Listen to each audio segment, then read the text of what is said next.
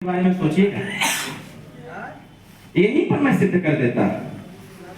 ये हमारे बाबूजी हैं, इनको क्या पड़ी है, इनका तो जाति प्रमाण पत्र देनी चाहिए। ये तो अब नौकरी नहीं करेंगे, माननीय जिला में नौकरी नहीं करेंगे, लेकिन ये यहाँ पर बैठ करके अपना समय वेस्ट क्यों कर रहे हैं? आप लोगों के लिए अब अपने बारे में सोचो कि ये लड़ करके आपको हिस्सा दिलाने की बात कर रहे हैं, और अगर आप नहीं लड़ोगे तो आपके बेटे जूता लेके दौड़ाएंगे आपको कि जब दादा लड़ रहा था तो तुम क्या कर रहे हो। इसलिए मैं कहना चाहता हूं नौजवान साथियों, ये दल पार्टी से ऊपर उठो और एक बात का ध्यान रखो कि हमारी लड़ाई जो लड़ता है, हमारी हिस्सेदारी की जो बात करता है, हमारी बात जो सदन के पटल पर खड़ा होकर करता है, उसके कंधे से कंधा मिला के चलने की आवश्यकता है ताकि हमारे अंतिम व्यक्ति का कल्याण हो जाए। इसलिए नहीं तो जवाब नहीं दे पाओगे मेरे मित्र, 4 पीढ़ी बर्बाद होगी सर्टिफिकेट बनाने के चक्कर में। बताइए गलत कह रहा हूं सही कह रहा हूं? 4 पीढ़ी बर्बाद हो गई। मैंने पहले ही कहा कि एक लोग मर गए जाति प्रमाण पत्र के चक्कर में कि हमारे बेटे को मिल जाए, और बेटा संघर्ष करते करते मरने की कगार पर आ गया है, और इनका बेटा 35 साल का है, उसको भी सर्टिफिकेट नहीं मिला, और बेटे का बेटा पैदा हो गया है, यहाँ बैठ के भाषण सुन रहा है, उसका भी सर्टिफिकेट आज तक। अब जरा कल्पना करिएगा कि अब आप अपनी 5वीं पीढ़ी को भी धरना को बैठाना चाहते हो कि 5वीं पीढ़ी को आप थाने और तहसील पर और जिले पर कर्मचारी अधिकारी बनवा के बैठाना चाहते हो, ये आपको तय करने की आवश्यकता है। ये रैली, ये प्रदर्शन, ये धरना कर करके सरकार को दिखाने से कुछ नहीं होने वाला है। अरे आपकी आवाज कौन बनेगा ये तो देखो। आप रो रहे हो तो फिर उसको उस आत्मबल को बढ़ाएगा कैसे कौन? आपके अंदर जो एक ज्वाला है उसको भभकाएगा कौन? आप तो हम तो यहाँ खाटू सिंह जी के होटल में बैठ करके बात कर लेंगे भाई, हम तो अभी आए हैं, 15 मिनट बाद यहाँ से निकल लेंगे, स्कूटर बजा के खटखटा के निकल जाएंगे दूसरे कार्यक्रम। लेकिन इसके बाद इस लड़ाई को जारी कौन करेगा? जो ज्वाला जली है, जिसमें तेल डालना बार बार आवश्यक है, जो उसकी तेल खत्म हो गई तो डालेगा कौन? जो आवाज उठी है उसको और उठाएगा कौन? इसलिए मैं कह रहा हूँ यहाँ पर बैठे हुए चौथे पीढ़ी के लोगों, आप अपनी ताकत को बढ़ाओ, अपने नौजवान साथियों को प्रेरित करो, उनसे बताओ कि जब तक अंतिम व्यक्ति का कल्याण नहीं हो जाता, जब तक पूरे प्रदेश में हमारी आपकी भागीदारी नहीं मिल जाती, तब तक संघर्ष जारी रहेगा।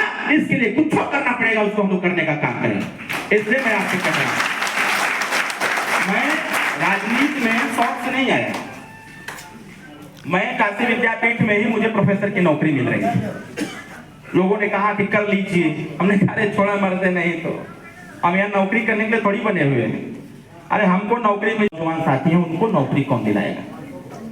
क्योंकि राजनीति में पढ़ लिख करके आना, इसके बारे में जब मैं एक बार बीपी सिंह साहब से मिला हुआ था, माननीय पूर्व प्रधानमंत्री जी से, इसी मऊ के डाक बंगले में जब मैं मिला था, तो बीपी सिंह साहब ने हमसे पूछा था कि ये बताओ तुम पढ़ लिख के क्या बनना चाहते हो? राज बब्बर जी थे, बीपी सिंह जी थे, चौधरी अजीत सिंह जी थे। हमने जब उन्होंने पूछा तो हमने एक के लाइन में जवाब दिया। हमने कहा कि मुझे पढ़ लिख करके आपसे भी बड़ा नेता बनना है। वो 60 खा के गए, मैं प्रधानमंत्री के राष्ट्रपति कुर्सी में आ रही है। मुझे कैसे? हम कहें कि मैं एक सर्वे पढ़ा था जब मैं चिल्ड्रन कॉलेज आजमगढ़ में पढ़ रहा था, तो टाइम्स ऑफ इंडिया में मैंने एक स्क्रिप्ट मैंने पढ़ा था, एक आर्टिकल मैंने पढ़ा था, उसमें मैंने ये पाया कि विधानसभा के सदन में 64% ऐसे विधायक हैं जो ठीक से सिग्नेचर करना नहीं जानते हैं, ठीक से अंगूठा लगाना नहीं जानते। मैंने उसी दिन संकल्प लिया कि अगर कुछ करना है भाई, तो जब सदन में कहीं भी खड़ा होकर जब बोलना चालू करें तो कोई हमको ये न कहे कि ये भी अनपढ़ गंवार चाहिए। इसलिए मैंने पीएचडी किया, और नाम के आगे डॉक्टर लिखना मेरा शौक था। मुझे शौक था कि मुझे अपने नाम के आगे डॉक्टर लिखना है। अगर डॉक्टर अरविंद राठौर बोलेंगे तो सामने वाले मेरे ऊपर टिप्पणी नहीं करेगा, मेरे शब्दों को ध्यान में रखेगा और कहेगा कि ऐसे लोग राजनीति में जब आएंगे तभी समाज सुधर सकता है, तभी व्यवस्थाएं बदल सकती है। सत्ता परिवर्तन तो बहुत बार हुआ, सत्ता परिवर्तन हर बार हुआ, लेकिन व्यवस्था में परिवर्तन नहीं हो पाया। उसे भी दुर्व्यवस्था की देन है कि हम और आप यहाँ बैठ करके जाति प्रमाण पत्र के लिए संघर्ष कर रहे हैं। साथियों, आज संघर्ष इस 21वीं सदी में आजादी के 77 साल बाद, 67 साल वोट देने के बाद अभी हम जाति प्रमाण पत्र का संघर्ष कर रहे हैं। अरे आज तो ये हो जाना चाहिए था कि कौन सिपाही बनेगा, कौन दरोगा बनेगा, इसका संघर्ष होना चाहिए था। इसलिए मैं आपको पूरा आश्वस्त करता हूं निश्चिंत रहिएगा और घबराइएगा मत किसी चीज से, किसी भी परिस्थिति में घबराइएगा मत, क्योंकि हम लोगों ने भी ये संकल्प ही ले लिया है कि अपने साथ साथ भाई का भी कल्याण कराना है। अभी मैं रसड़ा था, हमारे अरविंद खरवार जी कहे कि भैया रसड़ा तहसील में खरवार का बंदे ना हो सर्टिफिकेट में, कौन नहीं बना रहा है? क्या तहसीलदार? हमके जाकर हमारा नाम बताना और देखता हूँ कैसे नहीं बनाता है। अब फिर उसका तरफ से धीरे से कहते हैं अरविंद खरवार जी कि भैया कहले सब हमसे के 2-4 तार बना दे। हमके यार यहाँ कमीशन वाली बात चला था का? अरे जाति का बात बा, समाज का बात बा, एक से बनी तो सबकर बनी, एक प्रमाण पत्र बन गया तो सबका बनेगा। तो यहाँ थोड़ा ब्याह करे कि हाँ वो लड़की हमको पसंद हो गई, वो लड़का पसंद होगा, दूसरा कोई पसंद न कर ले। हमको जाओ उससे हमारी बात कराना, कह देना मोबाइल चालू रखा करें, बंद न रखा करें। इसलिए साथियों मैं आपसे एक आग्रह बस करूंगा, नौजवान साथियों, आप दिमाग में अपने ये वोट वाला लाइएगा मत।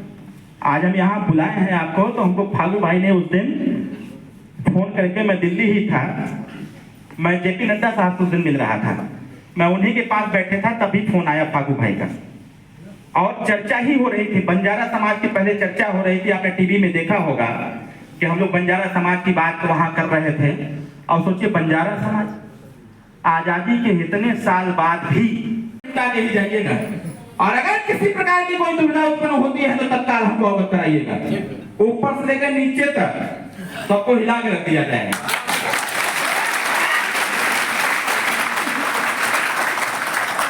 डीएम साहब ने कहा है कि सर आप निश्चिंत रहिए। हमके मैं क्या कहूँ, हजारों गौर समाज के लोग जुटे हुए हैं, नौजवान साथी हैं, हमके क्या कहे के बाद हम आए हैं यहाँ, हमको बोलना है, 15 मिनट बाद हमको आदेश करना है, बोलना है, क्या बोल दे? डीएम साहब कह रहे हैं आप यही बोल दीजिए कि आज से सर्टिफिकेट बनना चालू हो जाएगा और तहसीलदार ही बना करके, जो कह रहा था नहीं बनेगा वही मुहर मार के देगा, वही मुहर मार के देगा। और सिर्फ यही नहीं, हमारा प्रयास है, फरवरी माह में सदन फिर चलने वाला है, और मैं अभी परसों साहब के साथ था, माननीय अमित शाह जी से मुलाकात किया, जेपी नड्डा जी से मुलाकात किया, माननीय मुख्यमंत्री जी से मुलाकात किया। ये मुलाकात बहुत सारे लोग आरोप लगा रहे हैं कि घोषित सीट के लिए है, घोषित सीट मेरे सर्वोच्च पर है, उससे हमके मतलब नहीं है। मतलब हमसे ये है कि जिस लेटर को लेकर के हम दरवाजा खटखटा रहे हैं, उस लेटर पर कार्रवाई होना चाहिए। वो तो बात की बात है कि अगर चुनाव लड़ेंगे नहीं लड़ेंगे। और मैं कैसे कमजोर है भाई, पूरा आवा कावा लाल लश्कर तो चलते बा, डीएम से, एसपी से, डीआईजी से, आईजी से, प्रमुख सचिव गृह से, विशेष से, सबसे बात तो होते बा चापम चाप। तो कहने का मतलब ये है साथियों, कभी भी आप अपने आप को असहाय मत समझिएगा। कोई आपकी आवाज उठावे चाहे मत उठावे, अगर हमारी आंख बंद भी रहेगी तब भी चिल्लाते रहेंगे कि भाई गोड़ और खरवार का सर्टिफिकेट बनवाओ। इसलिए मैं आपसे आग्रह करूंगा कि अपने ऊपर विश्वास रखिएगा, नेताओं के ऊपर नहीं। हर लोग अपने अपने ऊपर विश्वास रखिए। जब अपना अपना विश्वास मजबूत होगा तो मैं कह रहा हूं दुनिया की कोई ताकत नहीं जो आपका काम करने से कोई रोक दे। इसलिए क्योंकि आज अगर नेताजी यहां तक हैं तो हमारे विश्वास से नहीं है, वो अपने विश्वास से हैं। नेताजी यहां तक पहुंचे हैं तो अपने विश्वास से पहुंचे हैं, और सड़क में खड़ा होकर के बोलते हैं तो अपने गट से, अपने विश्वास पर बोलते हैं, क्योंकि उनको विश्वास है कि जब मैं बोलूंगा तो ये समाज खड़ा रहेगा। और इससे कोई पूछेगा कि बताओ तुम रो रहे हो, तो कहेगा कि मैं अपने हिस्से के लिए रो रहा हूं, लेकिन रोने वाला नहीं, लड़ करके अपना हिस्सा लेने का काम। इसलिए मैं आप सभी से आग्रह करूंगा कि आप सभी लोग अपने अपने ऊपर विश्वास रख करके, जो सामाजिक संगठन के साथी हैं उनके ऊपर विश्वास रख करके अपनी लड़ाई को अंतिम तक पहुंचाने का जज्बा रखिएगा। कोई साथ दे चाहे मत दे, लेकिन एक पीला गमछा आपके साथ सदैव खड़ा रहेगा, इसको मैं आपसे कह रहा हूं। और खास करके नौजवान साथियों, जैसे हमारे माननीय जिलाध्यक्ष जी बोले ना कि बड़े नसीब वालों को बढ़ोतरी मिलता है ना, मैं बोलता हूं इस चीज। आप लोग तो यहाँ पर एक गांव रखा गया था, अखिलेश यादव जी या मुलायम सिंह यादव जी ने रखा था, रणवीर नगर। उसकी आबादी 2500 है। जितने घर हैं आज भी उस गांव में लोग तिरपाल डाल करके रहते हैं, तिरपाल डाल करके रहते हैं। वो गांव माननीय मुलायम सिंह यादव जी द्वारा बसाया गया था। जब इस चीज की जानकारी हम लोगों के मोबाइल में वीडियो फोटो आया तो नेताजी ने कहा हमसे कि अभी लगाओ फोन मुख्यमंत्री जी को, उनका तुरंत लगाते हैं। माननीय मुख्यमंत्री जी के ओएसडी हैं प्रखर जी, मैं उनको फोन लगा, हमने कहा मिलना है सर से। बोले कल सुबह आ जाइए। कल मिले, पूरा हल्ला मच गया। और मेरे वहां इटावा पहुंचने से पहले वहां के गांव का सर्वे चालू हो गया कि मुख्यमंत्री से मुलाकात हो गई है, जल्दी सर्वे चालू करो। सर्वे चालू हो गया। जिनके पास आवास नहीं था, मुख्यमंत्री जी ने निर्देश जारी कर दिया कि सबको आवास दे दो, ताकि दोबारा ओम प्रकाश उस गांव में जाए तो यह एहसास होना चाहिए कि मुख्यमंत्री जी के निर्देश पर सारे कार्य हो रहे, सबको आवास देना चाहिए। अभी मैं इटावा में था, पिछले दिनों इटावा में था, कड़ाके की ठंड में कम से कम 15,000 बंजारा समाज की महिलाएं, पुरुष, युवा जुटे हुए थे। एक हमारे साथी ने मन से भांतर दे दिया कि पुलिस प्रशासन हम लोग की खूब पिटाई करती है। हमने मन से ही ललकार दिया, हम क्या जितना लोग होगा दिमाग ठीक करके, अगर ये पुलिस की लड़ाई भी अगर कोई लड़ता है उत्तर प्रदेश में तो हमारे पिताजी ही लड़ते हैं, नहीं तो पुलिस को देख करके सब लोगों के दिमाग में सिर्फ उल्टा ही आता है। लेकिन अगर इनकी भी समस्याओं को कोई सुनता है तो हमारे नेता ही।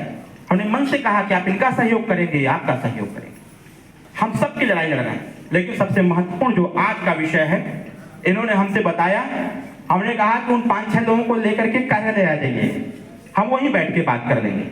फिर हमारे साथियों का ये था कि नहीं समाज के साथ बात करना चाहते हैं। हमने कहा कि तब डेट ले लीजिए। हमने कहा 5 तारीख को हम आएंगे, हमारा कार्यक्रम भी है, हम यहाँ हो करके तब आगे कार्यक्रम में जाएं। और मैंने कहा कि इसके पहले होमवर्क कर लिया जाए। नेताजी हमसे कहे, हमने बाबूजी से कहा कि बाबूजी गोड़ और खरवाड़ के सर्टिफिकेट वाली समस्या बढ़ती चली जा रही है, इस पे बात करना चाहिए। उन्होंने कहा कि तब लगाइए फोन अमित शाह जी को। हमने अमित शाह जी के पहले लगा दिया फोन जेपी नड्डा साहब को, उनसे भी भेंट हो गई, उन्होंने भी निर्देश जारी कर दिए। परसों ये गए थे, परसों मुलाकात, हमने फोन लगाया माननीय अमित शाह जी को, तुरंत वहां बात हो गई। ये हुआ कि कल आ जाइए।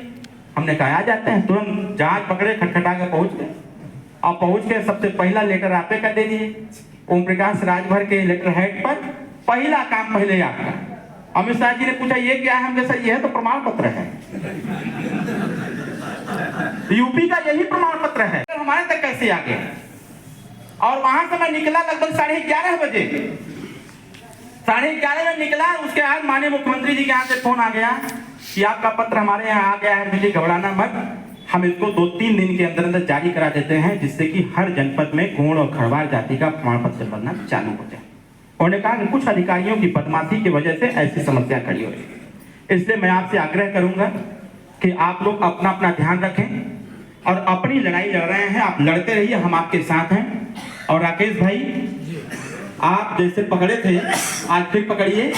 और मैंने बोल दिया है डीएम साहब से कि उनको तत्काल निर्देश जारी करिए। और हमको लगता है कि उनका फोन भी मेरे पास कई बार आ चुका है तहसीलदार जी का, किस तरह आप निर्देश जारी कर दीजिए कि लोग डॉक्यूमेंट लेकर के आवे, हम बनाना चालू कर देंगे।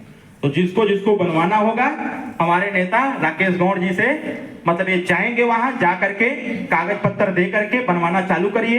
कभी कोई समस्या आती है, किसी प्रकार की अगर हिला हवाली करते हैं, आप तत्काल राकेश भाई को बताइए, ये हमको बताएंगे, बाकी हम अपना प्रोसेस लगा जाएंगे। ये तो जो लोग भी ये जाएंगे अभी तहसीलदार जी के यहाँ, ये जा करके बात कर लेंगे। और मैं भी गाड़ी में बैठ करके तुरंत डीएम साहब को बोलता हूँ कि हमारे पार्टी के प्रदेश अध्यक्ष राकेश गौड़ जी तहसीलदार जी के यहाँ जा रहे हैं, इसलिए ज्यादा कुछ मैं नहीं कहूंगा। जी भैया, यही बुला दे।